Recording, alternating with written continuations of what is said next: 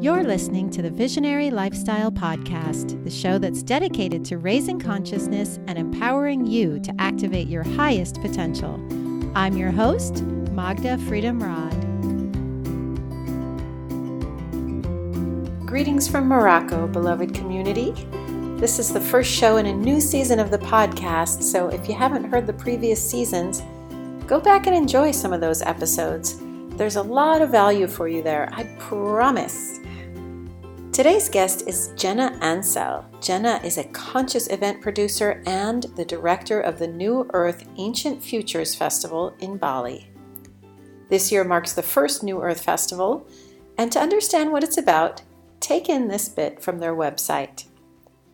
As a planetary community, we are experiencing healing crises in every aspect of our lives, and we need to endow ourselves with the tools to navigate this transition on both the personal and transpersonal level. We are compelled to come together to connect and create tangible solutions to what does not serve us as individuals or as communities for the benefit of all humanity. The aim of the NewEarth Festival is to provide a space to do this through the co-creation of an alchemical environment in play, celebration, nourishment, healing, learning, and teaching. We hope to ignite the spark in those who attend so they can in turn ignite the spark in others. We hope to nurture the sovereign creative expression within us all. This is a seed event for visionary creatives, change makers, and thought leaders who can be bridge builders between communities across the world and thereby inspire others. It's a gathering of the tribes where imagination manifests as reality and the unthinkable becomes the norm. It's a change of perspectives, values, and priorities in a world of infinite possibility.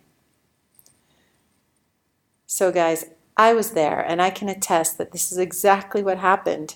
Jenna and the team there truly did create a space to help activate people's highest potential, and the sparks were indeed flying, as you'll hear in our conversation. Jenna speaks of being the change and creating the world that we want. Exactly the aim of this show, really. So it was, of course, a huge yes for me to attend and have these conversations with the souls who created it. Or I'm going to use the word channeled this event into existence. In the interview, we take a deep dive into the purpose of this festival that is so heavy into earth wisdom, deep nutrition, awareness, and liminality. I hope you find some inspiration in this conversation, and by the end of it, you may just be booking your ticket to Bali for the next one. As usual, show notes are found on my website at visionary-lifestyle.com/podcast, as well as in iTunes. Hope you enjoy. Namaste.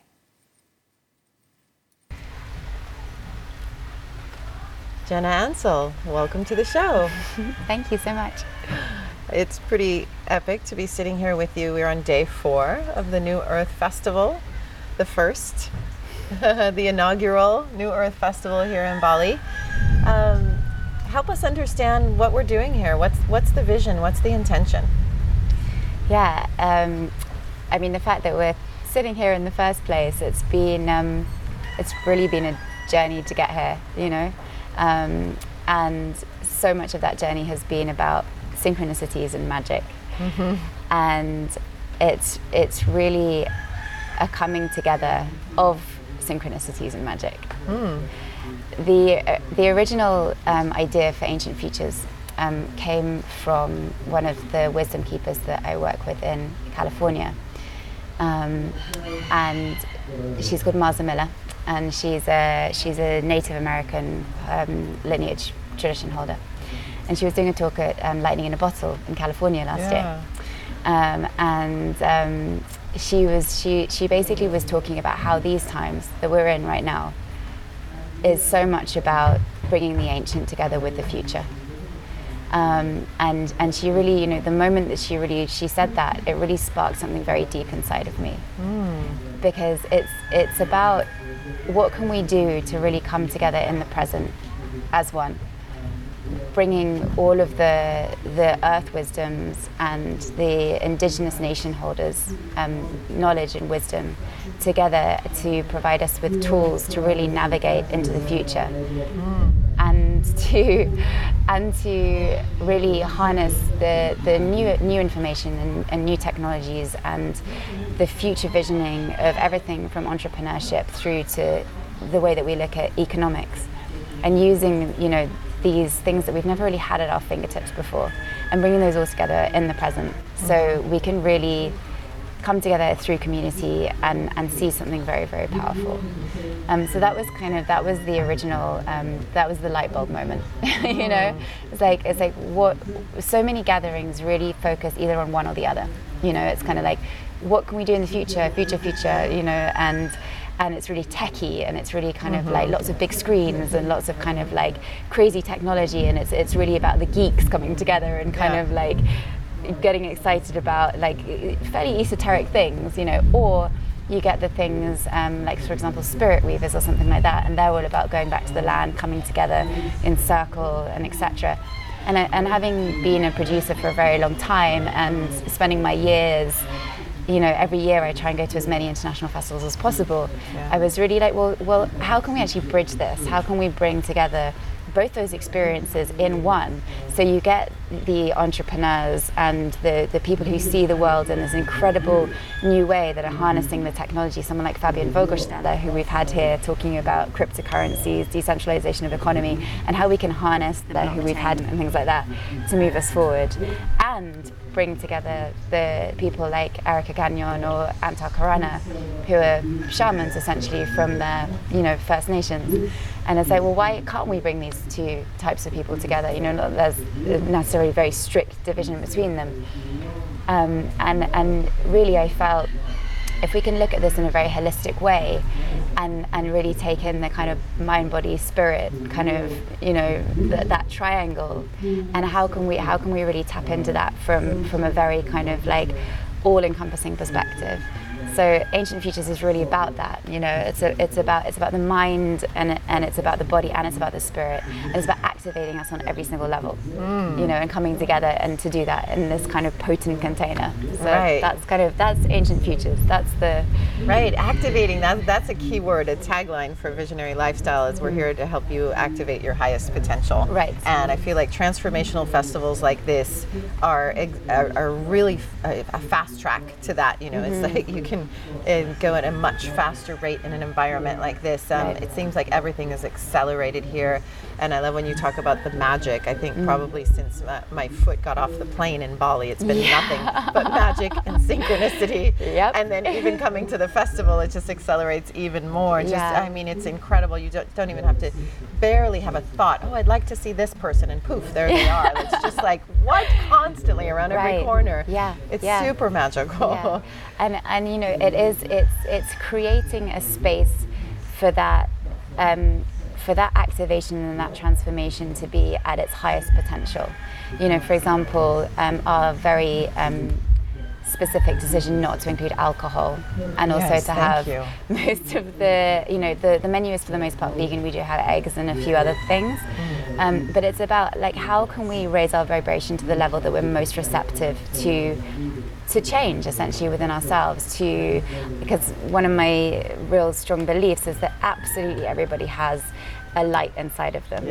And it's whether that has been sparked or not. And we've all had those moments of epiphany.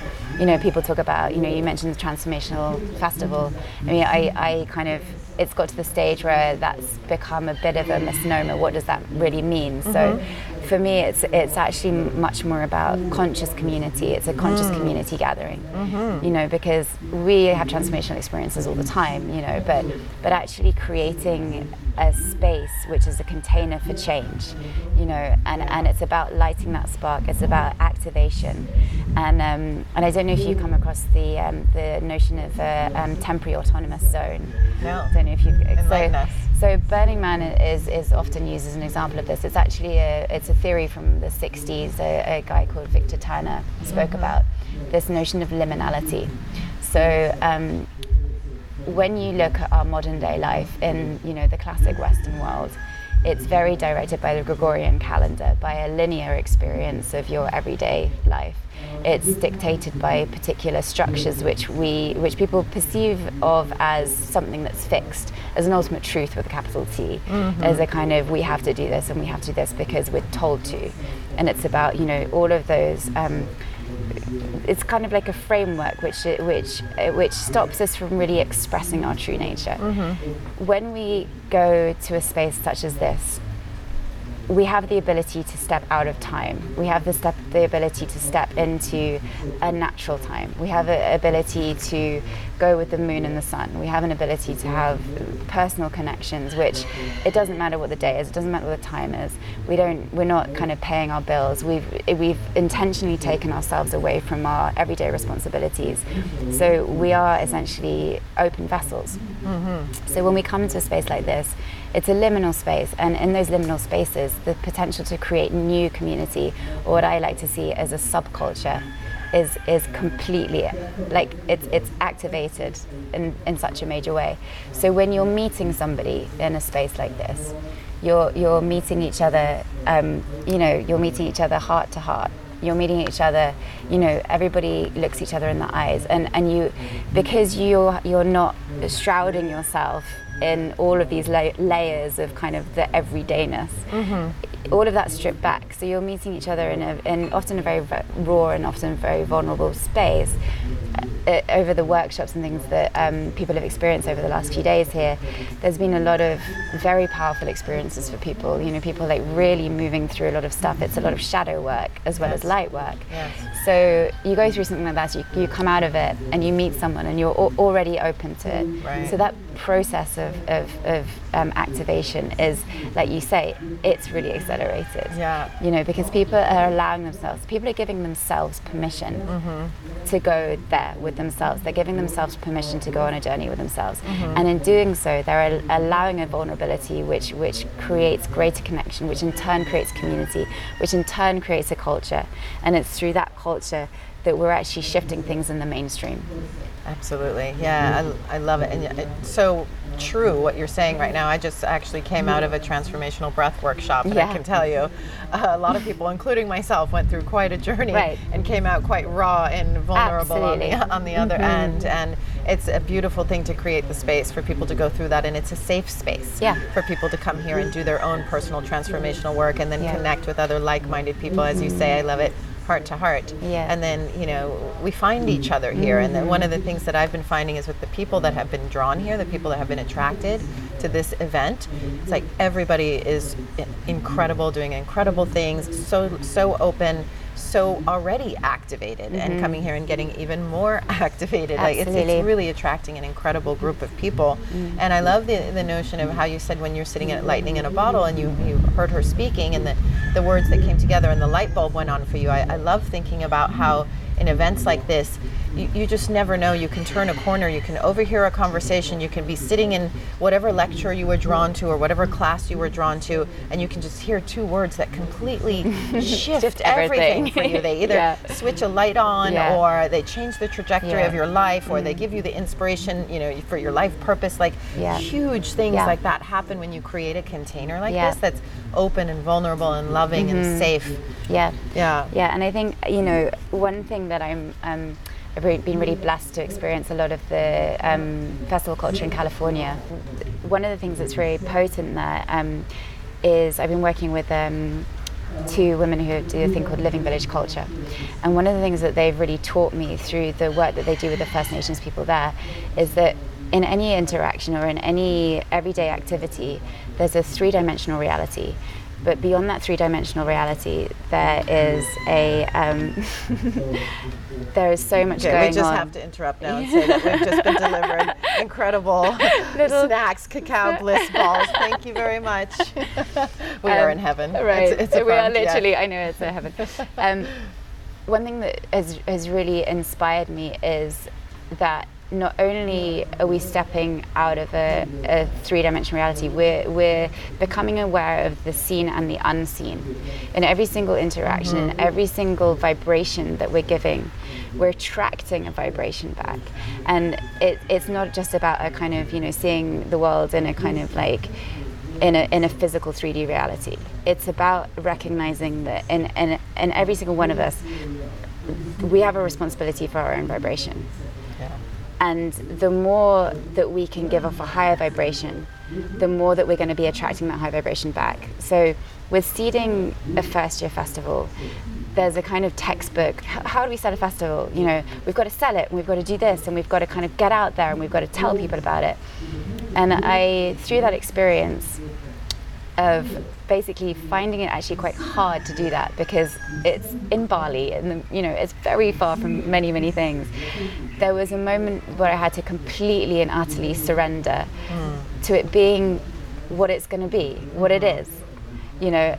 Something that it's not about just kind of like bringing people to something. It's about them bringing themselves to it. It's about people self-selecting to be somewhere. Yeah. It's not about selling something to somebody.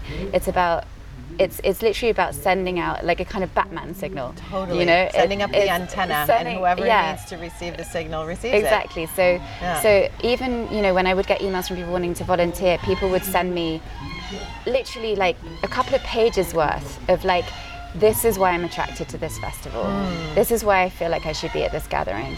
Pages of it, because, and it wasn't like I was reading them kind of being like, what is this person talking about? It's a load of rubbish. It's like, wow, people are really wanting to honor the fact that people have been like putting their energy into this. And so from the roots up in this gathering, from the people giving their time to do everything, to the people that are coming, it's about people like meeting each other on a particular vibration and choosing to be here, not because they think it's going to be, this, that, or the other, because it's like Glastonbury and it's like the bands or whatever. It's much more about an unseen and a seen process.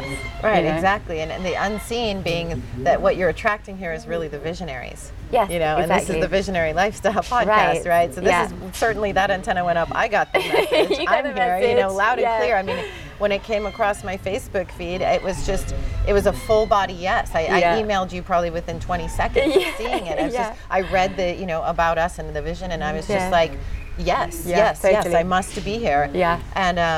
And here we are. Yeah. So. And that's a story across the board. So many people over the last few days have just come up to me and said, like, when I saw I woke up, and I never wake up at 4 a.m. in the morning, but for some reason I did, and I checked something, and someone had sent me a message, and immediately it sparked. Everyone has their own little story, and it's just exactly like what you've described. It's just like, I just knew immediately, and I just booked a plane to Bali. Yeah, because we want to be around like-minded people who are all here to be the change and to create the world that we want to see, right? To vision it together, to co-create it, and to build the new paradigm together, right? To reveal it, and the elements that you're bringing in conscious community is just huge. I mean, just consciousness in general. Anything we can do to uplift consciousness, and certainly, bringing like-minded people together in community is a great way to do this and amplify this, because together we're more than the sum of our parts, Absolutely. right? So I'm imagining how we look from space right now, like a super bright light right here in Bali, right? Exactly. But that's it. Yeah. That's exactly raising that vibration. Yeah. Yeah. Very much so. And some of the elements that you're bringing in that I really appreciate. You talk about the earth wisdom. You talk about, on the food level as well. I mean, I'd like to get a little bit deeper into both of these topics, but let's go to food first, actually. When I read nutrition, I was like, that's why right away I said, I would love to share my conscious eating talk here. These are the thought leaders, these are the light workers, these are the people that are showing up to be the change in the world. It's important for them all to be on the level with their food choices, and I really have an offering here. Yeah. And you were just right away, yes, this fits, and I was like, yay, my people. And but wait, what you're talking about is seed to table, yes, right? So it's another step beyond farm to table. It's seed to table. Yes. So what's that about? Yeah, I mean, I don't know if you've come across the concept of terroir at all. It's or the slow food movement. Sure, slow food. Yeah, so a lot of that is about making conscious choices according to your environment. So if you're, to give like a more indulgent example, for example, if you're in somewhere like Italy and you're drinking a glass of wine which is from the grapes from that region, you're eating a piece of cheese, which are, I know, not the healthiest things to choose, but that experience of drinking wine and eating the cheese in the land where those things came from is a completely different experience for that, drinking that glass of wine across the other side of the world. And there's some magic in actually like eating from the land, and in this case, we're starting a number of where we have the restaurant here. I don't know if you know DNA seed planting at all. Sure. Yeah. So when you put the seed in your mouth and it mixes, and it basically when you then plant that, putting the saliva into the seed in your mouth, dosing it with the saliva so that it gets your DNA imprint and what your body specifically needs nutritionally to come into full balance. Yeah. Exactly. And then when you plant that and you grow it, we're kind of implementing that here, and then working with local people, and then to get that fresh produce where it's the vital energy of that, you're and then bringing it literally into a space which works in harmony. It's about bringing the land and the natural kind of vibrations of that into a space.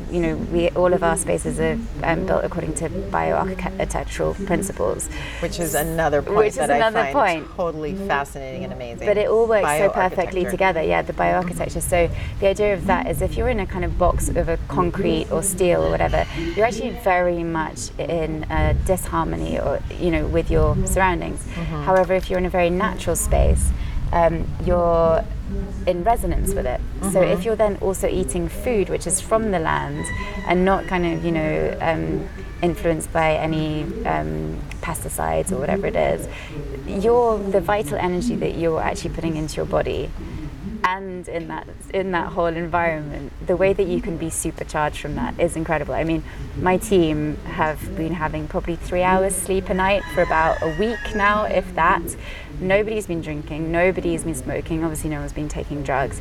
We've literally been surviving off hugs and cacao and drinking water, and just that common kind of shared mission, and a lot of it's the food that we've been eating. It's all fresh, it's all from really sustainable sources, and it's all local.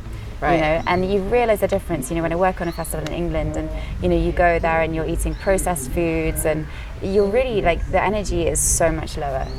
What you put in the gas tank makes a big difference. And it literally is you are literally what you eat. Right. Right. And I can see that here, and people are saying to me that I wasn't sure how I was going to feel about not being able to drink a beer, or or not being able to eat meat, and everyone's just been like, but I haven't even noticed that I haven't been, because the food is of such a high nutrient content that people are satisfied. Right, they're nourished. They're completely nourished, exactly. So, one question about this: the food is there a farm, or is there an intention to have a farm? Yeah, we have had a farm because of the way that the wet season worked this year. A lot of it got waterlogged, so we weren't able to use the amount of produce, but we've been using local suppliers, and then we're building another permaculture farm on slightly higher soil, which is more fertile because it's volcanic. Oh, nice.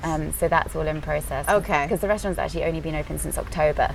So it's very, we're putting all these things in place, but we did have a farm, but the soil wasn't quite right, we're now transitioning to another one. Great, that was a point of confusion because I saw it written and I was like, but I'm not hearing about the farm, so that explains it. Okay, great, but it's lovely that that's the intention and that's what you're working towards. Totally. I mean, this is the ideal, really, is grow your own food, do the DNA imprints. I mean, it just doesn't get any more conscious than that, but growing your own food. And then the Agnihotra as well, which is the ancient Ayurvedic sunrise and sunset ceremony, which they've been doing here for probably over 1,000 years.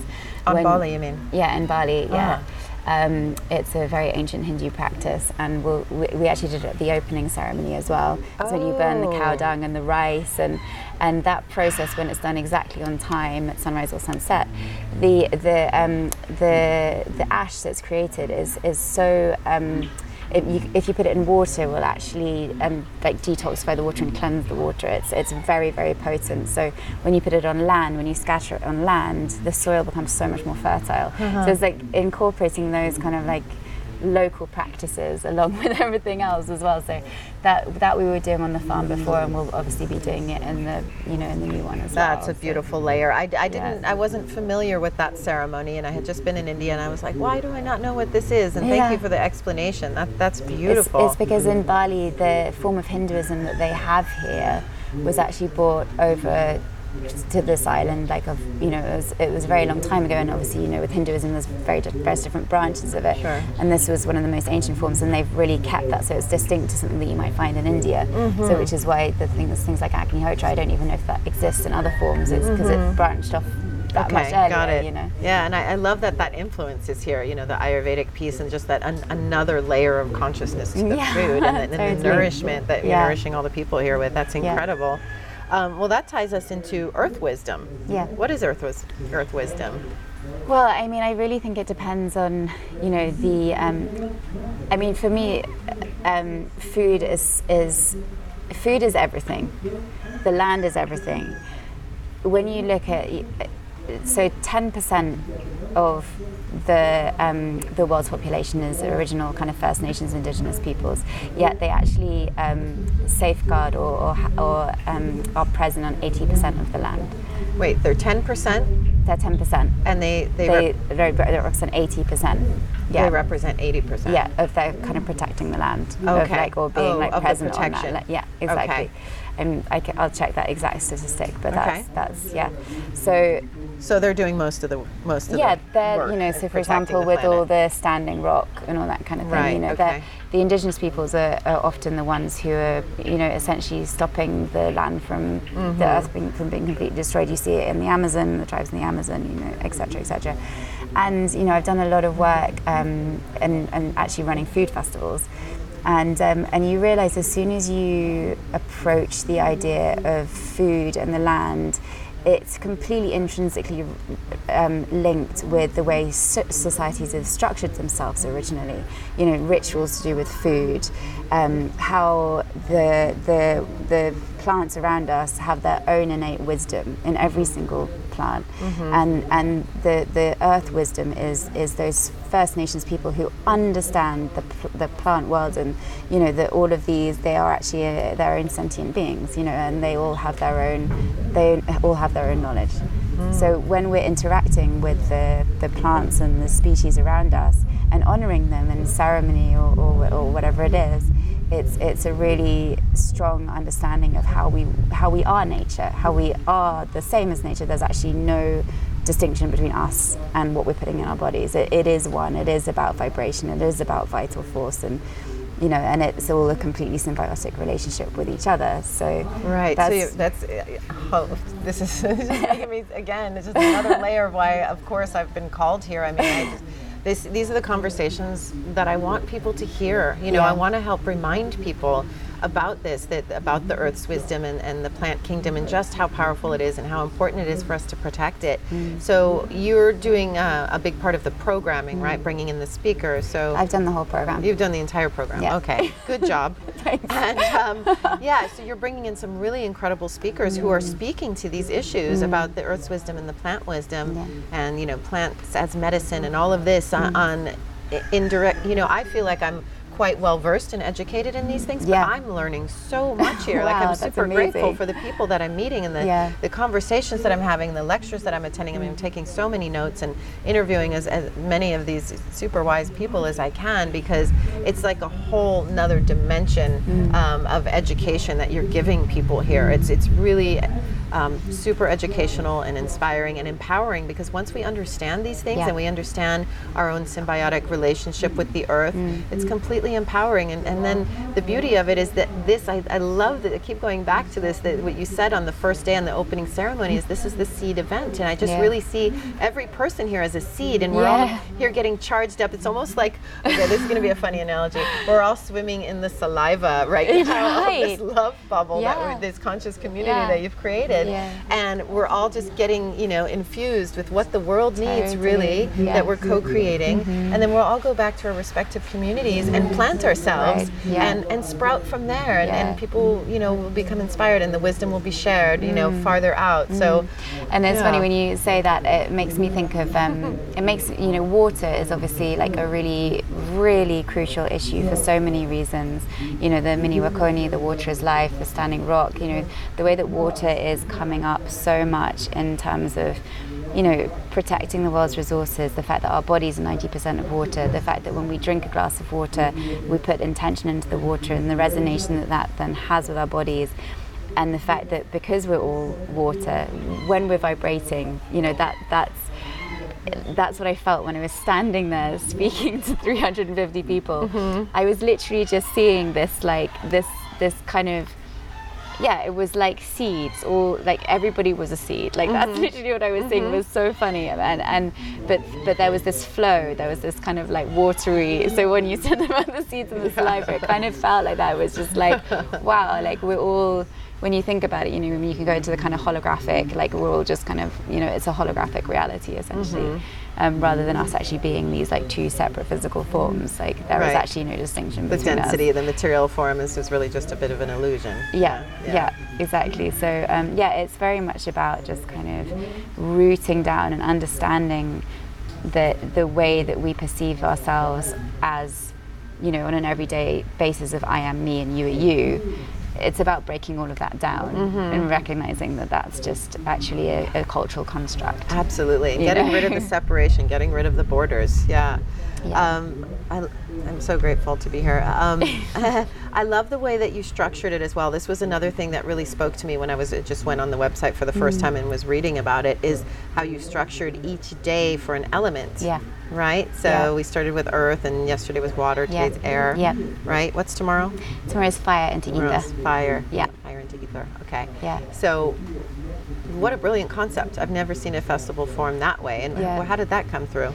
Well, that's actually, the credit to that is definitely Sasha Stone. I don't know if you're also going to interview him. I will be interviewing him tomorrow. Yeah, so very much the kind of the New Earth project and the paradigm that, you know, that they are the kind of blueprint. You can go really deep into it if you go into the New Earth Nation website. That's their kind of like structure for understanding and for kind of like exploring all these different topics. Like, you know, the earth is about ecology and economics. The water is about well-being. It's about it's about well-being and conflict resolution. The air is about education and sovereignty. And then fire into ether is about consciousness and alternative technology. So they go he goes very, very deep into that. So that's a kind of like that's a really it's just a really beautiful structure to Agreed. And they're doing these incredible panels, like these 3-hour-long marathon panels with a whole bunch of super potent speakers on them. Like, wow. I mean, there's so much really incredible information being shared here, and you guys are also live streaming that out for the people that can't make it to Bali, right? Yeah, that's sort of available free now on the, Oh, really? Great. Yeah. Okay. Yeah. And there'll be recordings of that, so people listening to this down the line, they'll be able to... I'm hoping so, because I haven't had any time to be in the panel debate, so I want to watch them too. All right. When and if that happens, we will make sure that when this episode is published, that there will be links in the show notes. I think they might already be up, so I'll give them to you. We'll include it in the show notes and links to the festival and everything. Yeah. All right. I don't want to take any more of your time. I know you have a billion things to be doing, and it's so sweet of you to take the time. Gone already. I can stay here for hours. I know, right? We want to talk about this stuff all day. I know, there's so much more to talk about. That's why I have the podcast. I just want to have these conversations all the time. Living in this new reality. And, you know, I was sitting with Jools Bright last night after I interviewed her, and she's one of the people that has really impacted me in a very deep way here. I mean, her wisdom, her earth wisdom, it runs very deep, and she has incredible stories to tell. And we were just sitting, you know, after the interview together for hours and just telling each other stories and marveling about how beautiful it is to be awake and to be here now and to be part of the force that is, you know, awakening consciousness on the planet, to be part of this seed culture. And, you know, for every person listening, you're a seed too, you know. Take this, share it with someone else. If you're inspired by this, share it by someone else. Come to the festival next year. If this is like a clarion call to your heart, answer it. This is another big takeaway for me from the festival so far, is just really tuning into your intuition and your heart's wisdom.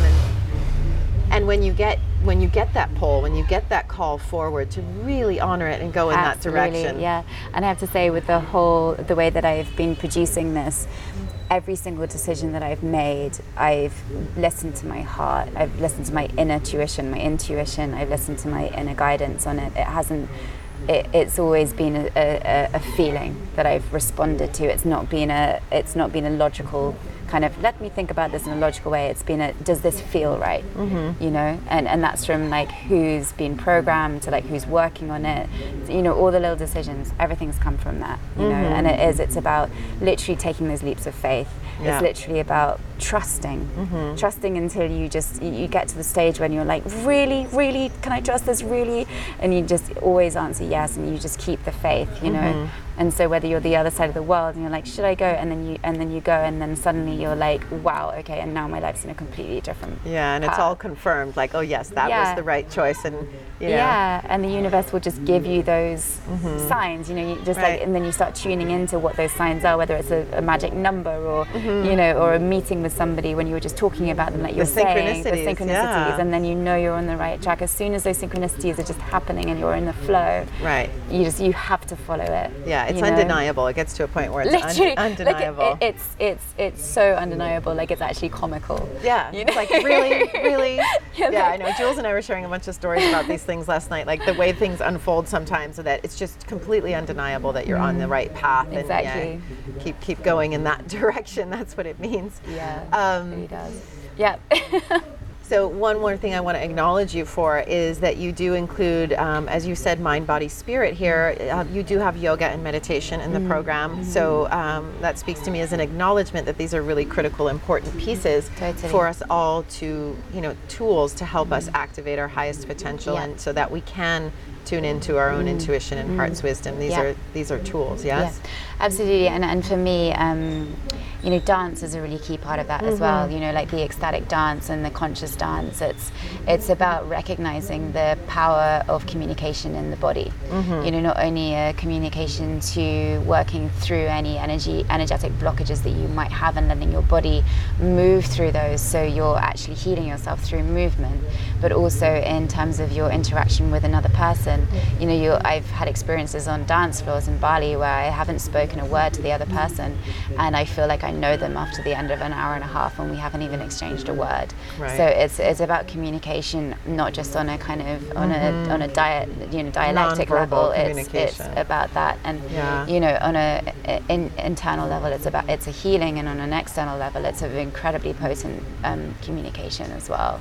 So that movement for me is crucial in that, and also taking the time to kind of be present with your body, and allowing that space as well, because all of this kind of cerebral stimulation that's going on, that needs to be balanced. It needs to be balanced by grounding, really like strong in your body and with the earth, as well as kind of like, so you've got this whole like from ground to sky, from sky to ground, and recognizing all those elements within that. And grounding heaven on earth. Quite literally here. And I've been running around barefoot, which feels amazing. And the soil here is like black and rich, and just like you just feel I feel so charged up just from running around here barefoot in Bali, and everything's just moist and beautiful and thriving, and so much prana and life force. It's just like such a yummy environment. And it just again, on the ecstatic dance, going back to the movement, there was I overheard some people talking last night, and I joined in the conversation about how incredible, the music's going to maybe 11:30 at night, and just what sets this apart from other festivals is what I'm going towards here with this point, is that it's drug free, it's alcohol free, it's for the most part animal free with the food, with the exception of the eggs that you're serving in the morning.